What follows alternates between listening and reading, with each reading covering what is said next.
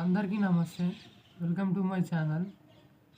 ముందుగా అయితే మన ఛానల్ అయితే ఎవరైతే చూస్తున్నారో సబ్స్క్రైబ్ అయితే చేయండి, లైక్ చేయండి. మరిన్ని వీడియోస్ కోసం మోటివేషన్ లేకుంటుంది.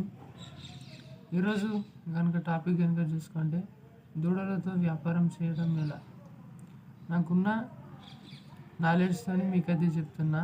ఎందుకంటే మాత కూడా బర్రెలు అవుతున్నాయి కాబట్టి చెప్తున్నా. మనము బర్రెలకైతే ఎప్పుడు చూడు మెయింటెనెన్స్ ఎక్కువ అవుతుంది. దూడలతో వ్యాపారం ఎలా చేయాలంటే 10 దూడలు తేవాలి. 10 దూడలు ఇచ్చేసి వాటికి 10,000 కన్నా కానీ పెట్టేసి 10 దూడలు తేవాలి. దినామైతోటికి మెక్క రావాలి.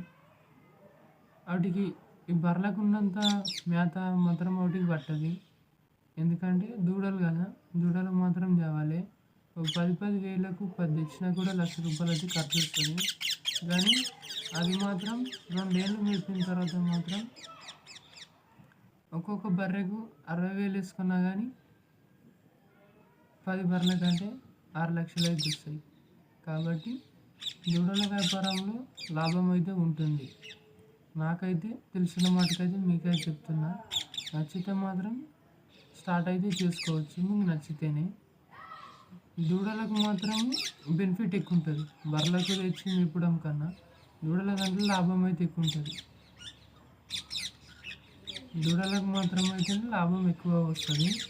దయచేసి మీకు ఇంకా నచ్చినట్లయితే దూడల వ్యాపారం చేయాలనుకుంటే మాత్రం చేయండి. ఓన్లీ బర్రెల దూడలు మాత్రమే.